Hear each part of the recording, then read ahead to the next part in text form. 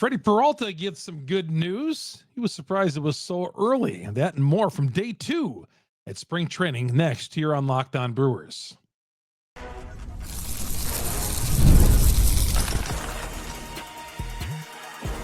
You are Locked On Brewers, your daily Milwaukee Brewers podcast, part of the Locked On Podcast Network, your team every day. Shouldn't become as any surprise that Freddy Peralta was named the opening day starter. Might have been to him that it was so early in camp. We'll get to that. John Heyman said something that we already know, but we don't want to hear from anybody else. Mark Attanasio, the ranking surprises some people out there. That and more coming up on this edition of Locked On Brewers. Good to have you along. Chuck Freeman here. Longtime sportscaster here in the state of Wisconsin. Proud host of Locked On Brewers. Part of the Locked On Podcast Network. We are your team every day. Doing it every day. And any news that's coming out of training camp, if there's some breaking news, we will have something on Twitter with a short video or whatever. We'll keep you up to date, all the news that's going on, as we always do when there's a trade or anything, up to the minute right here on Locked On Brewers. We're producing episodes daily, 5 days a week. Good to have you along here talking about our favorite team, the Milwaukee Brewers. So we got a lot to cover today, as we always do. There's always news coming out of training camp. The players are starting to trickle in a little bit. Pitchers and catchers are there right now. I thought there'd be more players there, but they're getting in there. Day 2. Well, Freddy Peralta, he was there day 1, but when the Milwaukee media went up to him, he was a little surprised. He's all really already? We haven't even really begun camp, and I'm going to be the opening day pitcher. Yeah, there's no need to play any games, and Murphy could have very easily done, what managers do. Oh, we're going to have a competition for that opening day starter. Everybody knows it's Freddy Peralta. There's no mystery there. So why even bother? I don't know what the big deal about an opening day starter. Yeah, it's an honor. You get to pitch the first game of the year and all that. Inevitably, when the Brewers open up on the road for opening day and that opening day starter, I would rather be the guy who starts the first game at AmFam Field 4 days later, right? I'd want to start an opening day in front of my fans. So in this case, like somebody at the it could be Savale starting on opening day in Milwaukee. The number 4 starter could be, depending how they line it up. But yeah, I would rather I'd be the 4 starter. I mean, it doesn't matter if it's once the season gets underway, it doesn't matter who the top and the bottom of the roster that rotation is, because they rotate around, as we know. But apparently it's a big deal. Who's going to start that first game in New York? Like I said, if it was me, I'd want to start opening day. I want to make sure, if I was Freddie, I'd want to start opening day in front of my fans at AmFam Field. But, opening day starter, and he says he loves it, and he's glad he gets to do it. And this was pointed out in the Journal-Sentinel, and I was thinking this as well. Hard to believe that Freddie has been here since 2018 when he made his debut in Colorado, and he had the 13 strikeouts. 2018. He was on that 2018 team that won the division title 7 years ago. I would have guessed, 2018, yes, but it seems like maybe 2021. In reality, it was when he got here, but 2018. Freddie and his and they moved him the starter, and they moved him in the bullpen for a little bit. He's been around, but Freddie is going to be a leader on this team. Willie Adames obviously was the leader. Freddie was always one of the leaders as well. And he says he's not much of a vocal leader. He's not going to go up and stand in front of a clubhouse and tell. And I think that stuff is overrated anyway. But he's one of those guys. Freddie is always in a good mood, it seems. And he's always there to talk to the media afterwards. And a real stand-up guy, which you appreciate. There's nothing worse than the guy who gives up 5 runs in the first inning, and when you go to the locker room to interview him, the fans want to hear what his problem was. The guy disappears or he leaves early. The Matt Garzas of the world who've done that. In this case with Freddy Peralta, man, that guy's there win or lose. The Brewers have had mostly a lot of guys like that too, but I've always appreciated that about Freddie being a leader. But 2018, yeah, he's going to be one of the leaders on this team. And yeah, I don't mean to underplay the leadership role with anything, because it's important you have leaders in any workplace. But still, a guy who's going to stand up in front of the clubhouse and, whole clubhouse meetings and all that, where does that really even get you? I mean, the clubhouse, we need our clubhouse meeting because we lost 6 in a row. Does that really work? And I think when a team does turn it around, it's just by coincidence, not because any clubhouse meeting had it. So, yeah, I mean, they're going to miss Adames as far as being a go-to guy, a veteran on this team, people who could turn to.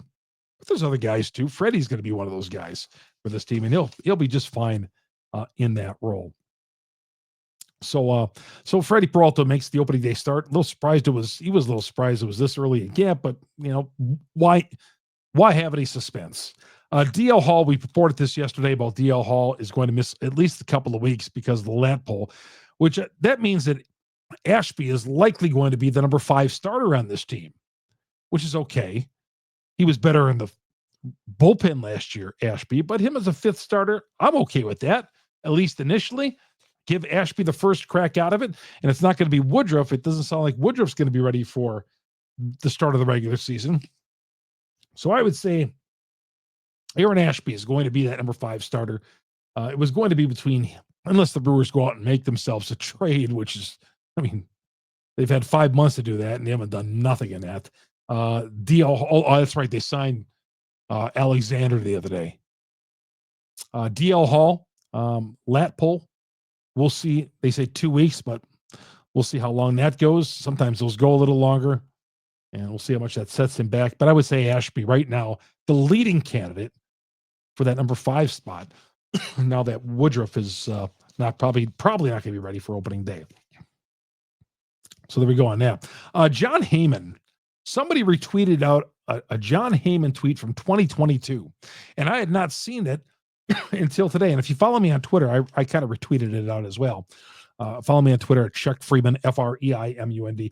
John Heyman. So when somebody else says this about the Milwaukee Brewers, yeah, we kind of get a little angry. But when we do it here, we're Brewer fans. When us guys do it, when us Brewer fans bashing our team, that's a little different. But I can't say Heyman was wrong here. Heyman was, I don't know what he was responding to, but he was responding to somebody. And he said, much like the Brewers, you don't spend in free agency and you're worse off. Yeah, you're right. You're right. But John, have I ever seen you write an article at all about the economics of baseball? I mean, you go out there and you talk about, well, when you don't spend in free agency, you're worse off. Yeah, the Brewers should spend a little bit more than they do. Sure, they do. And I've said that the payroll should be upwards toward $150 million. But John, what are you saying? I mean, you're around baseball. Do you think that the Brewers should be going out and making a play for some of the guys the Dodgers are? Is that what you're saying? Should they lay $40 million on the table for Bregman? $40 million a year, like the Red Sox are doing? Brewers can't do that. Brewers can't do that. When you don't spend in free agency, you're worse off. Well, duh. Of course you're worse off. But why can't the Brewers spend $40 million? Because it's the economics of baseball. Now, I'm not going to put total blame on the economics of baseball. We're going to get to Mark Attanasio coming up here in a little bit. But I thought John Heyman's tweet, again, when he says this is one thing. John, why don't you put some pressure on baseball to fix the problem? Or are you one of those guys who just says, oh, the Milwaukee Brewers, they don't spend any money. But look at them. They're in first place, but they usually die in the first round of the postseason, John. Okay. And they've done a great job, 6 of the last 7 years making the postseason. More problems. Yeah, the Brewers don't spend in free agency. How about fixing the problem in Major League Baseball? Like I said, we'll get to Mark Attanasio coming up here in a little bit. Speaking of Bregman to Boston. I would say this. Yeah, Bregman, $40 million, 3-year deal, $40 million a year for Bregman. And he took a little shorter deal, but I think that was a pretty good deal for Bregman. I think it's a pretty good deal with opt-out clauses all over the place, I'm sure, in that deal. But yeah, the Brewers were never going to spend $40 million. You know, I saw some of you guys tweet at me, well, could you get Bregman at 4 years, $100 million? You just got your answer. 3 years and what, $120 million? They couldn't get him for the bargain blue light special, like we like to pass along in Milwaukee, the CC Sabathia special. You know, the 4 years, $100 million that we wanted to give Sabathia back in 2008. So Bregman goes to Boston. I think the best thing about this is he's not going to the Cubs. And he was never coming here. Brewers had no intentions of giving him a contract. And that was it. He was, and of course, with the salary capital at, maybe the Brewers have a shot at getting him at a cheaper price, but he was not coming here. We come back. Mark Attanasio, a lot of you guys out there, a lot of fans are upset that Mark Attanasio is ranked 12th by Bleacher Report, the 12th best owner in baseball. We'll get to that coming up next. Some thoughts on that. Chuck Freeman here on Locked On Brewers, part of the Locked On Podcast Network. We are your team every day. Great to have you on here on Locked On Brewers and a great new sponsor. Boy, I love pistachios. I do. I love them in yogurt. Love them a lot. Love to eat it after like yogurt with pistachios in it, little strawberries in it. After I'm done getting a little workout in, running on the treadmill for 40 minutes. Well, I don't run for 40 minutes. I run for probably half of that. But if you're looking for a snack, both delicious and nutritious, check into this one. Crack into a good source of protein with wonderful pistachios. We all need your protein, especially if you're getting older. You want your protein. Wonderful pistachios, one of the highest protein nuts. Each 1 ounce serving 6 grams of protein, giving you over 10% of your daily value. Plus, they're packed with fiber, better for you unsaturated fats to help keep you feeling fuller longer. Yeah, they make you feel fuller, and it's not going to be a waste in your system. It's really good for you, and it's healthy for you, and wonderful pistachios is the way to go. You get a nice big bag, put them in some yogurt, and you're going to love them. Wonderful pistachios, complete protein, providing all 9 essential amino acids. No shell, wonderful pistachios for that grab and go ease. The satisfying crack of opening each shell is like snack meditation. So get snacking, get cracking with a snack that packs a protein punch. Visit wonderfulpistachios.com to learn more. That's wonderfulpistachios.com to learn more. Chuck Freeman here on Locked On Brewers. Part of Locked On Podcast Network. We are your team every day. Good to have you along. Hey, as we here on the Thursday, Locked On Brewers, late Thursday night. I delayed my podcast a little later tonight because I thought maybe some news might be rolling in with the Milwaukee Brewers. Didn't, but I thought maybe I had a hunch that something might have happened, but decided to, all right, I held off and I held off long enough and here we go.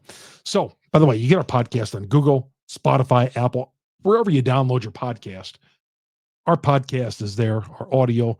We're on all the audio platforms because we're the #1 Brewer podcast because of the great fans out there. And please go to my YouTube page, Locked On Brewers on YouTube. Hit the subscribe button, hit the bell, hit the likes, give us likes. Please rate the podcast. And of course, all the podcasts here on Locked On Brewers, keeping you updated with the Brewers podcast. Information is all free. All right, Mark Attanasio is 12th on the Bleacher Report, drawing all sorts of reaction from Brewer fans. Many of you guys were disgusted that usually if we get a guy, we're ranked high here in the state on something, we gloat about that. Sure, you'll rank 40th in the Hot 100. We like that. What was it? Contreras ranked like 28th on the Hot 100. We like that. Mark Attanasio ranked 12th of the baseball owners. We hate that here in the state. Fans are just all over. I didn't see any positive tweets of that at all. people think that Mark Attanasio should not be the 12th best owner in baseball because why? Fans, number one reason why fans feel he is cheap and they feel that it's time for a new owner. He's been owning the team for 20 years. I'll say this. Any owner that comes to the Milwaukee Brewers, no matter what they're worth, they're not going to spend money just to overspend out of their own pocketbook just to appease the fans, even to make their team better. Mark Attanasio is not going to take another $40 million out of his collection of money to pay Bregman. He's just not going to do it. Owners make their money by buying and selling franchises. They don't make money owning the franchises, but they make it by buying and selling the franchise. And so the next owner that comes in, okay, he's going to look at the economics. I mean, if there ever was a new owner, we're not going to get a new owner for the Milwaukee Brewers for the foreseeable future. Attanasio has already said when it's time for him to hang it up, he's passing it down the family. So this is going to be in the Attanasio family for a while now. And if it's the son, he'll run it the same way. But let's take, for an example, if Mark Attanasio sold the team to a brewery or whatever, okay, they're going to treat it like a business as well. They're not going to go over there out there and overspend because they have the money. They're not. They just aren't. The team, they look at it as a business, and they're not going to overspend. Now, I believe that you shouldn't be, your payroll in this market should not be $100 million or anything less than that. It should, there's no reason, again, why this payroll isn't 150, 160 million. I really believe that.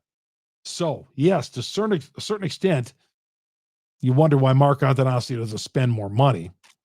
And he's always said, well, if the need comes, we will always spend some money. If we find a plus spot, we need to spend money, we'll do it. But he hasn't in a long time. So, and he had in the off season. I mean, this is, he didn't sign any free agents in the off season. Again, I'm not saying he had to go out there and sign Bregman, but inevitably some blue light special will drop at his lap, and then he'll give Mark or Matt Arnold the go ahead. But one thing that, and again, these guys, these owners could do whatever they want with their money. He owns the team. I always thought it was always interesting to me that how he is so interested in his soccer leagues overseas. It's always been a little puzzling to me. You know, he's investing money in those teams overseas. You know, when we want to spend money here with our team in Milwaukee, but you know, he's got that soccer league interest, and I don't know what he's contributing to all that, but you know, there's been other owners who have owned two professional teams, like George Steinbrenner, when he was spending money at the time of the 70s. He was part owner of the Chicago Bulls with the Yankees back in the 70s. But still, I always thought it was kind of odd, and I was kind of angry actually when he was buying all the interest in these soccer leagues. Like, I don't want you spending money. I want to know if you're doing it, but you know, him buying interest in the soccer league and them playing an exhibition game at AmFam Field. No, I care about the Milwaukee Brewers. All right. So when he's going on spending his money on these overseas teams, that kind of rankles me a little bit. Big day for Brandon Woodruff coming up on Friday. We'll get to that. Several former Brewers still looking for a job as well. We'll get to all that coming up next. Chuck Freeman here on Locked On Brewers. Locked On Brewers, part of the Locked On Podcast Network. We are your team every day. All right. Brandon Woodruff is going to throw 20 pitches off the mound on Friday. I'm going to try to get a report in a little bit later on Friday, whenever it is done. Again, they're 2 hours behind us in Arizona. or is it an hour now because of the daylight savings time? Yeah, they're behind us, whatever it is. When it's 2:00 in Wisconsin, it's 1:00 or noon out there. I think it's an hour behind now. I think they're on Mountain Time. But anyway, I should know this. I've been to Phoenix many times. We'll find out, and whatever news we get from Woodruff in his 20 pitches that he throws out there, and the first time he's throwing like in a year and a half, we'll gladly report it right here on Locked On Brewers. We'll give you some analysis and tell you what the pitching coaches and all that, and Murphy thinks and all that. So, but it's a big day for Woodruff. Hopefully, most importantly, for Woodruff and for our sake, we want him to come out of that pain-free. We'll see what the velocity is and all that, and how he was popping his pitches and all that. But most importantly, we want Brandon Woodruff to come away from this pain-free, and definitely in the days after. We'll have to follow that up and see how it went. Well, there's several Brewers still looking for a job. John Egan tweeted this out. I love his Twitter account. John Egan. Vogelback, Canna, Urias, Brian Anderson, Jace Peterson, Rowdy Tellez looking for a job, G-Man Choi, Yasmani Grandal. You almost forget that Yasmani was with the Pirates last year. He didn't have a very good year. You almost forget that Yasmani is with the Pirates last year. So all these guys are looking for a job. And not one of these guys would be able to help the Milwaukee Brewers. Vogelback, certainly not. I liked Canna a couple of years ago. Like as a utility guy, a pinch hitter coming off the bench, a professional hitter. Urias, yeah, we traded him a couple of years ago. It didn't work out for him wherever he ended up, and he was DFA'd by Seattle. Brian Anderson had like a good week here when he's at the Brewers. Jace Peterson, 35 years old. No. Rowdy Tellez. Got my Rowdy Tellez bobblehead around here somewhere. Rowdy Tellez. G-Man Choi had a little success at Tampa after he left here. Is Monty Grandal. I liked this 1 year here in 2019, but he's at the end of his playing career as well. So none of these Brewers would be interested, but I just thought it was a cool list that John Egan put out. Vogelback, Canna, Urias, Anderson, Chase Peterson, Rowdy Tellez, G-Man Choi, Yasmani Grandal, all still looking for a job, among others as well. Paul DeYoung is still out there. Every day, some more guys are signed who are unsigned free agents. We get more and more of that these days. More of the Mark Cannas and the Brian Andersons are at this point of the season. If you're these guys, you're Rowdy Tellez. Aren't you thinking, well, is this the end of the line right here? Is this it? I mean, the Pirates don't want you. Where are you going after that? The Pirates don't want you. The Pirates didn't want Grandal either, where he played last year. Joey Gallo. Signs of the White Sox. Joey Gallo is going to play with every team in baseball. And before it's all said and done, I have a feeling Joey Gallo is going to end up with the Milwaukee Brewers. He's with the White Sox right now, just signed a 1-year deal. But he's a guy that there was rumblings over the years when he was looking for a home. Sign Joey Gallo. Yeah, he went to Minnesota and ends up with the White Sox. 1-year deal. Just trying to hang on some of these guys.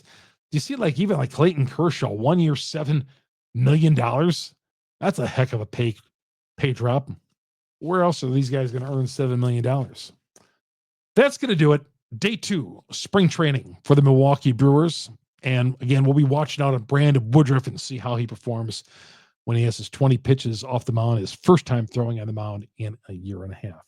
You get us on Google, Spotify, Apple, wherever you download your podcast. We are there talking Brewers baseball. Please go to our growing YouTube page, search Locked On Brewers, hit the subscribe button, hit the bell, and that'll alert you every time we drop an episode. And if you're watching us on YouTube right now, you see my Twitter account, Chuck Freeman, Freimund. Anytime you got a question, you can always DM me. I'll always get back to you. Might not be within 20 minutes, but I will definitely get back. I check my Twitter all the time. Always tweet at me at Chuck Freeman. Or, like I said, if you want to keep it private, just hit me up in the DM. Always willing to talk to you great Brewers fans out there. It's good to do it. Thanks for making us your first listen to every day here on Locked On Brewers. For your second listen, go to Locked On MLB. My guy Sully has got all the spring training news right there. See you tomorrow, everybody. Locked On Brewers, part of the Locked On Podcast Network. We are your team every day.